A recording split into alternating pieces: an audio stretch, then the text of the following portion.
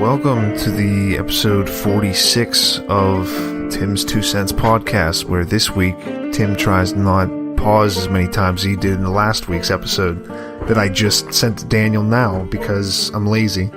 But no, seriously, I'm not exactly sure. I was yelling a lot last week because I was still kind of bothered by whatever was happening.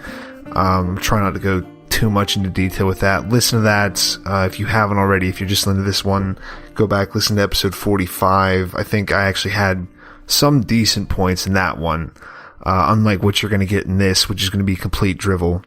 But no, I am Tim. Hello. I am the namesake of everything. I am your god now, and you must follow whatever I say because I talk into a microphone and then put it online. I'm basically just a really poor and basically useless Joe Rogan.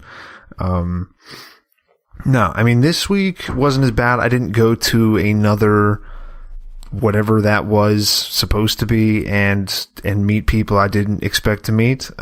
This week, I mean, I've still just been writing, trying to record. I know I keep saying I'm almost done with this, but I've listened to enough podcasts where the host has made excuses for why they haven't put something out, so I don't feel too bad. I have one page left, I have a page and a half left that I have to narrate for the story, and then I can put that out. Well, then I can actually start editing it, which is going to be even worse, at least as far as I'm concerned. I mean, hearing my voice to kind of do like little quick edits isn't too bad, but I'm not going to after listening to an hour's worth of it that many times to kind of fit everything together. But I mean, this is kind of an outside thing, but if you are listening to this and you do have any experience doing like audiobooks, stuff like that, or even just narrations on YouTube, like how people do, they'll do like narrations of like creepypasta stories, if you know what that is. I think really creepypasta is just like a horror story, kind of. It's the kind of the thing you're supposed to like tell around a campfire or something. They're not particularly good. They're just like, ooh, isn't this weird because there's baby dolls in it? But this is supposed to be something more. This isn't just a random thing you're supposed to just find on 4chan. I've rewritten that thing enough times that I'm getting tired of the story and I know it too well at this point. But so that should be finished soon. I'm actually this week, for the next couple weeks, I'm going to be kind of all over the place, for the dog sitting that I do. So I'm hoping that because I can't just tell myself I'm going to do it at night, that I actually force myself to work more on the recording when I get back to my house instead of just, I have another 3 hours. I can just look at more stuff on the internet before I actually start doing anything. It seems to help sometimes, not always. Normally it's like, I do real well on the first day doing that, and then the next day I'm like, but I don't have to, really. I could just wait and do it later. So I'm trying to not do that. This weekend, this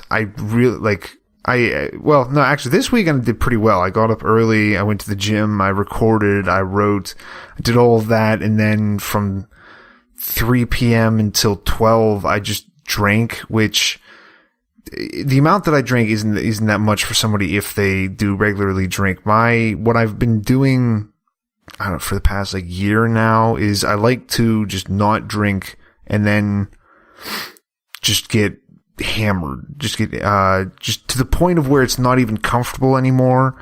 And I'll try to do it when there's some other reason why other people are going to be publicly intoxicated, because I won't be able to hide it.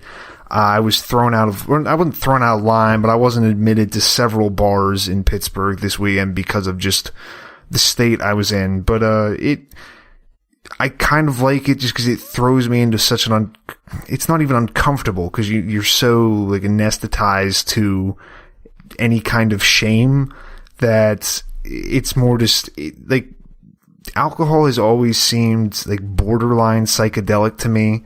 It's not at all it's not all the traditional thing that you think of whenever you say that, but the weird states of mind that you get into, and then just the way people look, there's always, and this only really happens when I'm getting really drunk really quickly, and people's voices start to sound real weird. They'll sound really, I was talking to one of my buddies, and I'm like, why does he sound like he's on helium? Why does he sound like, oh, okay, it's because I've had 5 drinks in the last half hour because fuck it. But yeah, I don't know. I like that better than kind of the, oh, we're just going to get drunk and have fun. I don't really have fun when I'm drunk anyway. I have to make some kind of something else entertaining out of it because all I want to do is just sleep. I've talked about that too much though. But it was interesting. I actually kind of like it too. I'll use the excuse that I like, doing that. So I kind of have, like, just the feelings, like that is why I like alcohol, just for that, is how more pronounced, like, parts of your body can go like numb, and then all of a sudden you're just very focused on like a finger or, stepping weird on something. And it's like you zone in and out, and then all of a sudden there's this moment of just extreme clarity, and then it goes back away. And I don't know. I like that. I like whenever that's, like stories are written in like a realistic, like the characters realistically fucked up, because especially in movies and then a lot of books, people are just like, oh, you just drink alcohol and then you're happy and then that. And it's like, well, no, and especially with horror. And if I like a horror book, if I like a horror movie, and if it's done to be like at least semi-realistic, they almost always have, I mean, horror movies, like slasher movies, have the drugs, alcohol, just because that's just the thing. It's titillating. But a good story has that in there, because there's a lot of things that can happen whenever not just you, but everybody around you is fucked up, that really aren't possible in any other kind of situation. There's kind of just I don't really know. See, now I'm pausing again because I'm trying to describe, and I'm trying to think of this as I kind of go through it. But there's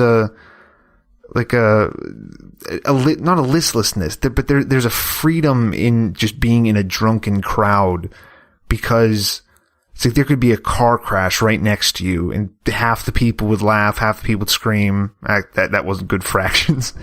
Like, yeah, some of the people would laugh, some people would scream, and some people just wouldn't even notice.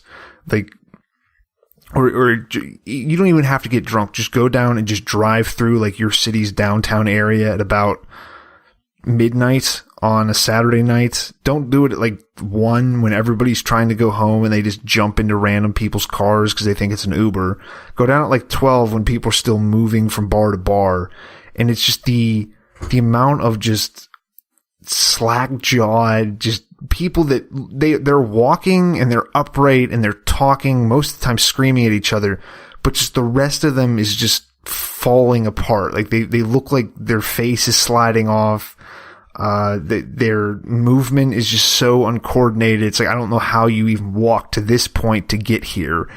But I don't know. It's interesting to me. I also just like doing that sometimes, like getting that drunk sometimes, because it completely wipes out any kind of inner dialogue in the moment. Like, you're kind of just hanging on to consciousness, and you can't spend your time then going, oh, I wonder if I'm being annoying. Oh, I wonder if I look stupid right now, which I'm sure I did.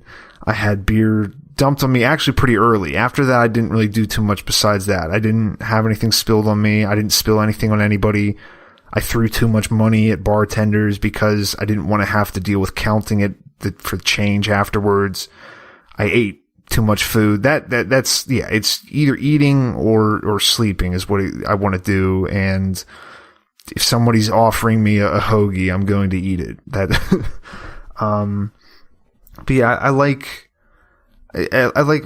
what's the everything in moderation, including moderation. So, I mean, if you, every now and then, I don't see like the life threatening. I mean, obviously, yes, if you're getting that drunk and then you're driving around, or you're getting that drunk on a regular basis, probably going to be some problems for your liver. You're probably not going to feel better the next day. I didn't feel very good the next day. Actually didn't puke that night at all, then just woke up, and every single time I try to drink something, then I would vomit up, but just water, which was strange to me after the previous day I'd eaten nachos, hoagies, pizza, pierogies, because that's a thing in Pittsburgh that everybody does for when you're drinking beer. I'm not sure how that goes well together. green beer and then pierogies with chives or some bullshit. But it's interesting to me. And I guess that's all I can really say. It's interesting to me. I kind of like falling into that buzz of there's a kind of, people have talked about that before, or not obviously everybody's talked about everything before, but there's a specific, I think, a phrase for the phenomena of being in a crowd that's kind of all directed towards one thing. You can get that with singing. That's why people get so raptured in concerts or in war, or just in crowds with one person's talking and everyone's like, yeah, no, we should burn everything down. Yeah. But they like falling into that buzz of the hive is also kind of just interesting too. Maybe I'm looking at myself too highly to think that I'm not already just buzzing in the midst of the hive, but who knows? At least, regardless, it's good fodder. I mean, I have found in the past that it does not in the moment. I can't really write very well if I'm too drunk. I can't really write very well if I'm even just buzzed drunk. It doesn't seem to help me in that way like it does other people, but I can kind of take from my experiences. I can take from like just how shitty I feel or how amazing I feel, because whenever somebody's talking to you when they're drunk and they get all very descriptive and very heartfelt and everything. And I think that's good sometimes for language, or it's just good for writing. It's beautiful without being like sappy and forceful like that, which I think is useful. That's the kind of writing that I prefer. But whatever. I've talked too much about this. The other thing that I realize, and I kind of think doing this did, speaking of how I was saying if I'm keeping myself too far above, like if I'm not in the hive already. I'm a completely different person who has all my own decisions that don't get bothered by anybody else, and they're not informed by anybody else. I need to figure out a way to deal with my jealousy. I mean, I've known that for a while, but I've kind of always been like, it's not that bad. It's not really hurting me, so I'm not going to really worry about it. I mean, everyone already puts up memes on Twitter about, if you're the only reason why you should be hating on somebody, or the only reason how you can hate on somebody, the only way you can hate on somebody is if you're not grinding hard enough yourself, or something annoyingly optimistic and upbeat. But it is true where, like, I spend too much of my time getting angry at somebody else for having something that I want, or acting in a way that I wish I could act, or just doing anything. Like, I will fly into, and it's not normal. I don't go up to the person and be like, you're a piece of shit for having this. I just kind of let it simmer inside me, but I will go from like being happy to just miserably jealous inside of myself after just seeing somebody. It was like, what? People talk to them without them having to force themselves into a conversation like I do. This is ridiculous. Why can't I be? Yeah. So I do need to work on that. I guess trying to help that this makes it a little bit more serious in my mind, because obviously I've had that thought before. I think I would have to then just admit that I'm no better than anybody else if I was like, I've never even had the thought that I was a jealous fuck sometimes. But no, I mean, I know that I need to work on it. I need to, because it doesn't help. I mean, a competition can help, and that's the excuses I've used before have ranged all over most of the time, having to do with, it's just it's a competitive thing. I'll use it to make me do more stuff or something like that, which never happens because it's not a positive energy. It's just an anger, and the anger doesn't make me want to go and change myself. The anger makes me go, well, why am I not good enough already? So I need to work on that. I need to work on just being angry in general. And just kind of, I'm not saying that as far as like, I need to mellow out. I just need to not let stuff like that bother me so much. I don't care about being angry. I don't care about like actual fits of rage, but at least I need to get angry enough that I'm expressing it and not just having this bullshit little, well, why do they have this and I don't, and it's like this self-pity that does nothing besides make it like, oh, well, no, don't worry about it. You can sleep a little bit longer. No, don't worry about it. You don't have to record this, or you don't have to write right now, or, oh, don't worry about that stuff. People should just give you things. And I'm not dumb enough to think people are going to give me things, but it's still enough to make me not commit to something at least as strongly as I would in any other case. So it's not something that I can really afford to let myself keep on doing. And I don't know how I'm going to change that. This earlier today, I was like, maybe I should ask somebody else how they are less jealous. And I'm like, no, because there's no way that they're not of something. And if I start asking questions like that, they might give me an answer, but I don't know how useful it's going to be. It's probably not going to be how they act. Like, they're just going to be like, well, it's going to be someone that like doesn't work out or doesn't really give a shit about like exercise and that stuff. They're like, well, when I see somebody who looks better than me, I just go, good for him. I'm like, well, obviously you don't care. I don't need you to tell. I need somebody who does care about something and is trying, but then still fails, and tell me how you keep on doing it. Because that's all I really want. And maybe that's a bad way to look at things, but I don't know. I don't think being that practical to a certain extent with certain things. I mean, you can't be practical about everything, because then people will just be like, what the fuck is the matter with you? Why don't you have actual emotions for anything? But I mean, with stuff like that, I think especially with yourself, it's good to be practical. It's good to be almost like tyrannical part of the way. I'm stealing that. I don't know what the book is. I have no idea what it is. So I can't even endorse it, but I saw something on Twitter about tyrannizing the self, which I thought was a good phrase.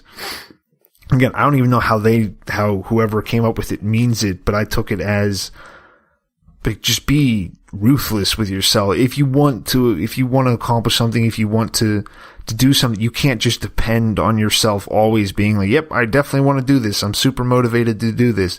You have to be like, no, you're going to do it. And there is no, if you don't do it, you're just going to do it regardless, or you're going to hate yourself. And I don't know if maybe that's what I need to do more. I need to get back more into just loathing myself if I'm not doing something. I'd rather not have to jump back to that. Not that I particularly care for myself now. That's part of the problem, is it never really got better. But yeah, I need help with that. I mean, if you're listening and you're a psychiatrist, that's what we need in this world. Psychotherapist helping people, then listening to this bullshit. But I don't. I need something. I need to figure something out. I need to, and that's also kind of the sad part of this. It's not figuring something out. It's just not doing it, and being conscious of my emotions instead of just letting them go and letting my mind just waste energy thinking about how my life should be easier or something like that. But I mean, as usual, you can get me at BakersDozen93 on Twitter. Get me there. Tell me this episode sucked. Tell me I have no right to ever be proud of myself or ever be jealous, because that requires a peer thing. I shouldn't be jealous of my superiors.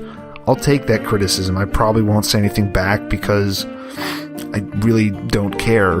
But who knows? I'm gonna try to work on that stuff. And the book will be out eventually, or the story will be out eventually, and then I can get jealous at all the people who do better audiobooks than I do. But I'll see you next week. Thanks for listening. Bye.